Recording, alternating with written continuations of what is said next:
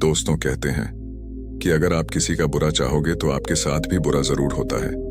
तो दोस्तों, आज मैं आपको बुद्ध की ऐसी कहानी सुनाने वाला हूँ। इसे सुनने के बाद आपके जीवन में काफी बदलाव आ जाएगा। इससे पहले कि आप इस कहानी में खो जाएं, हमारे इस चैनल योर इंस्पायर्ड को सब्सक्राइब जरूर कर लें। तो चलिए कहानी शुरू करते हैं। एक बार बुद्ध अपने भिक्षु के साथ भिक्षाटन के लिए किसी गांव की तरफ जा रहे थे। तभी अचानक बुद्ध के पैरों में कांटा लग गया। कांटा इतना तीक्ष्ण था कि चुभते ही रक्त की धार निकलने लगी। बुद्ध के भिक्षु ने रक्त को रोकने के लिए एक कपड़ा फाड़कर बुद्ध के पैर पर बांध दिया। इस घटना को कुछ लोग देख रहे थे जो कि बुद्ध से ईर्ष्या करते थे। उन्होंने बुद्ध से कहा कि हमें तो तुम्हें परम ज्ञानी समझते थे, लेकिन दर्द को तुम भी सहन नहीं कर सकते हो। तुम पाखंडी हो और ये हमने सिद्ध कर दिया है। ये कांटे हमने ही बिछाए हैं। इस गांव में तुम्हारा स्वागत नहीं, तिरस्कार होगा।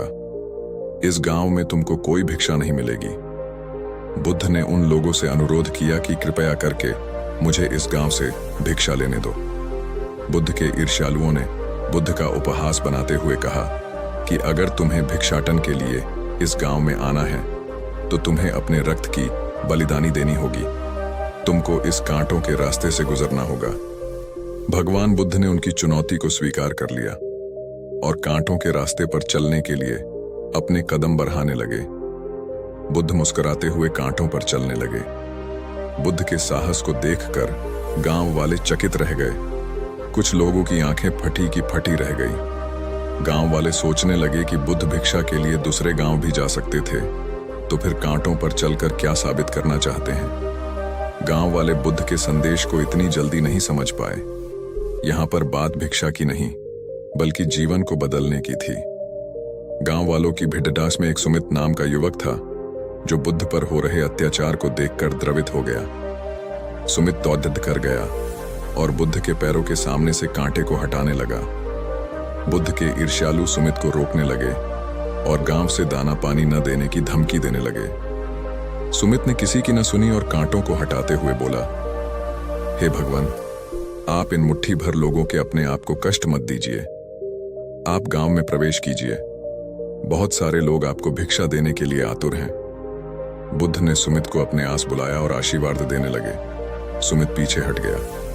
हे भगवान, आप मुझे छूकर अपने आप को अपवित्र और दूषित न करें। महात्मा बुद्ध ने कहा, तुम अपने आप को दूषित क्यों कहते हो? स्पर्श से कभी कोई भी दूषित नहीं होता है। मनुष्य तो लोभ, लालच, घृणा, ईर्ष्या से दूषित होता है। तुम्हारे अंदर तो प्रेम भरा है। तुम दूसरों का सुख चाहते हो। तुम तो पवित्र हो। बुद्ध के बोल सुनकर कुछ लोग बोले, तुम तो अपने आप को बड्ढे ज्ञानी कहते हो। तुमको जाति का कोई ज्ञान ही नहीं है। तुम पाखंडी हो।